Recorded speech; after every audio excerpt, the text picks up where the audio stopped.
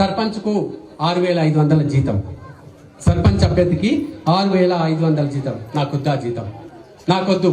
ఈ ఊర్లో ప్రతి గుడి దగ్గర ఒక పెద్ద ఆమె కసుడుస్తుంటది, సందుల బాలమ్మ కసుడుస్తుంది.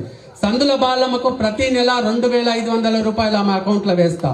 నాకు వచ్చే జీతంలోకి వెళ్ళి సందుల బాలమ్మకు ప్రతి నెల 2,500 రూపాయలు ఆమె జీతంలో ఆమె అకౌంట్ లో వేస్తా. ఇక హనుమాన్ సాయప్ప నా కుటుంబం పుట్టినప్పటి నుంచి నాతో ఉన్నాడు, నేను పుట్టినప్పటి నుంచి నా దగ్గర ఉన్నాడు, మా ఇంటితోటి ఉన్నాడు. హనుమాన్ సాయప్పకు ప్రతి నెల 2,000 రూపాయలు ఆయన అకౌంట్ లో ఇస్తా, నా జీతంలోకి వెళ్ళి తీసి.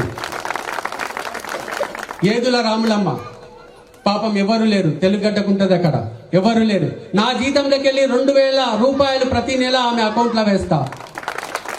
నాకొచ్చే 6,500 జీతాన్ని సందుల బాలమ్మకు 2,500, హనుమాన్ సాయప్పకు 2,000, ఏదుల రాములమ్మకు 2,000 రూపాయలు వాళ్ళ అకౌంట్ లో వేస్తా. పాపం వాళ్ళందరూ కూడా నిరుపేదలు.